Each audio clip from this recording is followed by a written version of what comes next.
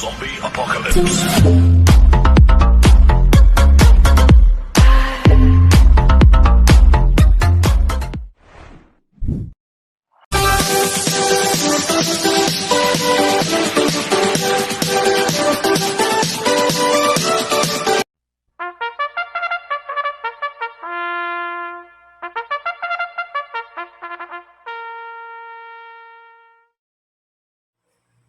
Magandang araw po mga bayang karerista.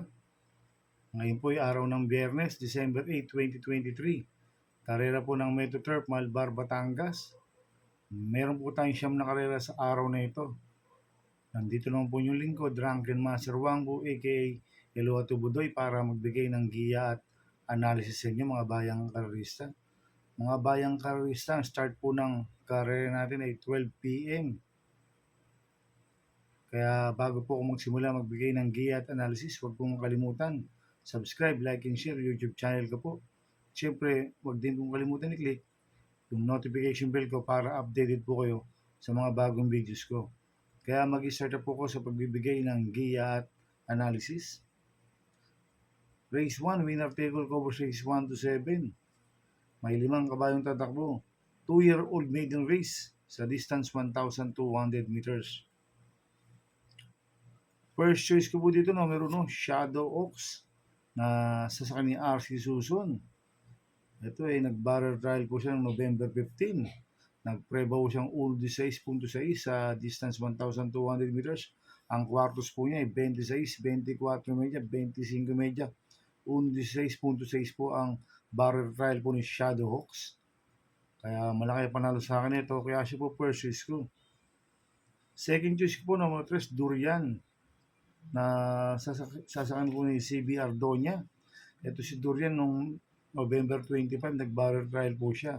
Nag-prevow siyang 1.17 sa distance 1,200 meters. Ang kwartos po niya 25, 24 media, 28 media, 1.17 po ang preba ni Durian.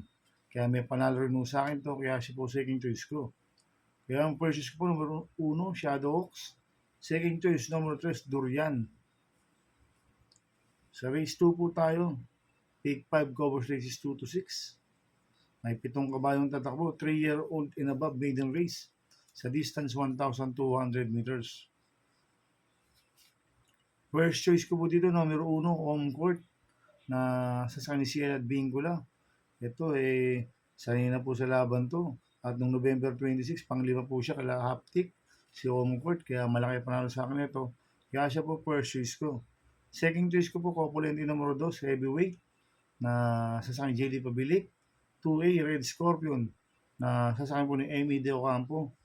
Last lang po ni heavyweight noong November 22. Tarsero po siya kaya Mahusay Ay. Cambio Hinel, binigay na po kay JD Pabilik. Last lang, JD Sarati po sumakay dito. Kaya may panalo nung sa akin to, kaya siya po second choice ko. Kaya ang first choice ko, numero 1, home court. Second choice ko, Copulenti numero 2, heavyweight, 2A, Red Scorpion. Sa race 3 po tayo, second winner table, cover races 3 to 9. May 8 kabayong tatakbo, rating based system class 5-5 split, distance 1,200 meters. Ito, anybody's race po to, itong race 3 na to. Dahil ito po yung pinababang rating based system. Kaya tingin ko po, lahat ito may panalo. Kaya ang first choice ko po dito, numero 8, Manlot Island, na sasakyan po ni apprentice niya kay VJB Galleta. Ito si Manlot Island, tingin ko solo aerial to. Wala po ako nakikitang mabilis at ang kupang distansya 1,200 meters. May-rate lang po ng apprentice to, malaki panalo sa akin ito. Kaya siya po first choice ko. Second choice ko po, number 7, Jacob Clubs na sasakyan JD Galagos. Ito, malaki rin po panalo sa akin ito si Jacob Clubs.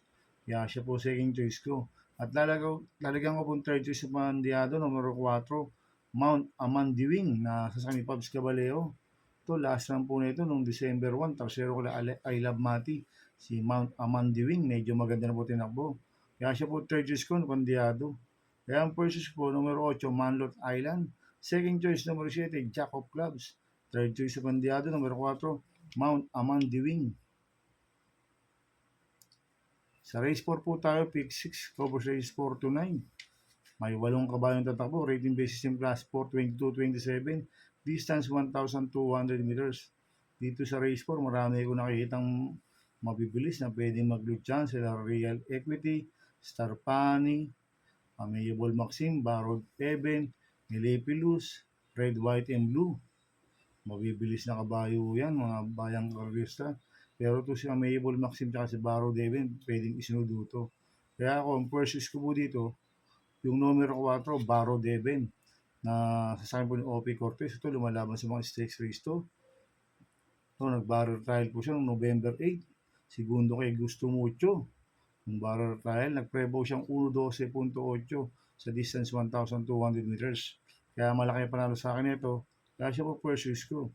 Second choice ko po, number 3, Amiable Maxim na sa San JD Pabilik. Ito last run po nito, November 25. Segundo kay Diversity, medyo magaling lang po nakalaban. Kaya malaki rin po panalo sa akin ito, kaya siya po second choice ko. At lalagyan ko pong third choice sa Bandiado, numero 7, Baba Boom na sasakyan AR Villegas. Ito pag nagkaroon po ng Luchan, ito po yung pwedeng rumimate. At ibinalik ulit kay AR Villegas dahil gamay niya ito. Kaya siya po third choice ko na Pandiado. Kaya ang first choice ko po numero 4, Barrow Deben. Second choice numero 3, Amiable Maxim. Third choice sa Pandiado, numero 7, Baba Boom. Sa race 5 po tayo. Pick 5 cover race 5 to 9. May 11 kabayong tatakbo, rating base system class 4, 1621, distance 1,400 meters. First choice ko po dito, numero 1, ay Honors na sasakyan po ni O.P. Cortez. Ito maganda numero, nasa Balya. Tingin ko siya po magdadala ng unahan dito. Last run po nito nung November 22. Tercero ko na Benji Square. Tingin ko kinulang lang po last run to. Kaya ngayon malaki panalo sa akin ito. Kaya siya po first choice ko. Second choice ko po yung Derimating number 7, Hot Rat Hearts na sa akin JD Pabilik. Last run po nito nung November 28. Tercero ko na Grand Monarch. Medyo maiksi lang po distansya last run, 1,200 meters. Ngayon, 1,400 meters. Kaya may panalo sa akin to, kaya siya po second choice ko. Lalagyan ko po ng third choice Bandiado, numero 9, Player Andre na sasakyan po ni Charles Reyes. Ito, nag-barrel trial po siya noong November 25. Nagpreba ng 1.6.6 sa distance 1,200 meters. Ang kwartos po niya, 26, 24, 26 media. 1.6.6 po ang preba ni Player Andre ng barrel trial. Kaya magandang diado sa akin to. Kaya siya po third choice ko. Kaya ang first choice po, numero 1, ay Honors. Second choice, numero 7, Hot Rat Hearts. Third choice sa Bandiado, numero 9, Player Andre. Sa race 6 po tayo, pick 4 ko po races 6 to 9. May 10 kabayong tatakbo. Rating base system class 5-5 split. Distance 1,400 meters. First choice ko po dito, numero 5, Private Dining na sasakyan Jerome Storge. Ito, last lang po ni Private Dining noong December 1. Ang apat po siya kala Ace Up. Kaya malaki panalo sa akin ito. Kaya siya po first choice ko. Second choice ko po yung Dibanderang numero 4, Arigato na sasakyan si Espare Jr. Last run po nito noong November 28. Pang-apat po kala Shotcut si Arigato. Tingin ko solo Ari po ito. Pag napabayaan sa harapan, pwedeng makatapos ng karera. Kaya malaki po panalo sa akin ito. Kaya siya po second choice ko. At lalagyan ko po ng third choice sa Pandiado. Yung bumaba po ng rating base system, numero 1, Express Lane na sasakyan ni Lester De Jesus. Ito, bigyan lang po ng importansya ng connection to. Magandang diado ito. Kaya siya po third choice ko. Kaya ang first choice po, numero 5, Private Dining. Second choice po, numero 4, Arigato. Third choice sa Pandiado, numero 1, Express Lane. Sa race 7 po tayo. May 11 kabayong tatakbo. Rating base system class 5, 6, and 10 split. Distance 1,400 meters. First choice ko po dito, yung bumaba po ng rating base system, numero 2, Rain Rain Go Away. Sasakyan po ni MR Elios. Ito last run po nito, December 2. Pang 5 kila high quality. Si Rain Rain Go Away. Kaya malaki panalo sa akin ito. Kaya siya po first choice ko. Second choice ko po, yung bumaba rin po ng rating base system, numero 10, Go Jigo na sasakyan JB Guerra. Ito, malaki rin po panalo sa akin ito si Go Jigo. Bigyan lang po ng importansya ng connection to. Kaya siya po second choice ko. At lalagyan ko po ng third choice sa Pandiado, yung bumaba rin po ng rating base system, numero 4, Heritage na sasakyan si Ella Bingula. Kaya ang first choice ko po, numero 2, Rain Rain Go Away. Second choice, numero 10, Go Diego. Third choice sa Pandiado, numero 4, Heritage. Sa penultimate race number 8 na po tayo mga bayang karista. May 12 kabayang tatakbo, but 11 in numbers. Rating basis system class 5, 6, and 10 split. Distance 1,400 meters. First choice ko po dito yung bubaba po ng rating based system. Number 3, Happy Maggie na sasakyan po ni N.E. Do Campo. Nasiram po na ito noong December 1. Pang-apat po kila Manipur Gabriel, si Happy Maggie, same rider, N.E. Do Campo. Kaya malaki panalo sa akin ito. Kaya siya po first choice ko. Second choice ko po, Copulente numero 7, Gossips na sasakyan po ni NC Lunar. 7A, Pass Sailing na sasakyan ni Jerem Storke. Last time po ni Pass Sailing November 29. Pang-apat po siya ka best offer. Kaya may panalo sa akin to. Kaya siya po second choice ko. Kaya ang first choice po numero 3, Happy Maggie. Second choice, Copulente numero 7, Gossip. 7A, Pass Sailing. Sa last race po tayo sa race 9. May 12 kabayang tatakbo. Rating basis yung class 5, 11, 15. Distance 1,400 meters. First choice ko po dito, numero 11, Bukawi Rivertown na sasakyan ni Ace Aguila. Ito si Bukawi Rivertown, last run nung December 1. Tarsero po siya kay Manipur Gabriel, si Bukawi Rivertown. Kaya malaki panalo sa akin ito. Kaya siya po first choice ko. Second choice ko po, numero 3, Lucas Grande Island na sa kanyang Mart Alvarez.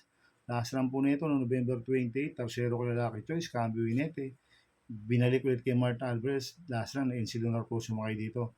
Kaya may panalo rin mo sa akin to, kaya siya po second choice ko. At lalagyan ko po third choice sa Pandiado, numero 9, Regal na sa kanyang Marlon de la Cruz. Ito, last run po nito noong December 1, pang-5 po siya kay Manipur Gabriel. Medyo maganda na po tinatakbo nito si Regal, kaya magandang diado sa akin to. Kaya siya po third choice ko. Kaya ang first choice ko po, numero 11, Bukawi Rivertown.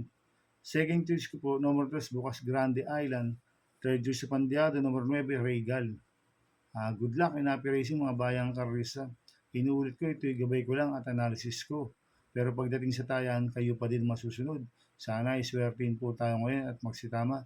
Kaya good luck po sa ating lahat mga bayang karisa. Shoutout muna ako, happy racing po sa mga bagong subscriber ko at sa mga walang sawang sumusubaybay sa YouTube channel ko. Maraming salamat po sa inyo and God bless. Zombie Apocalypse.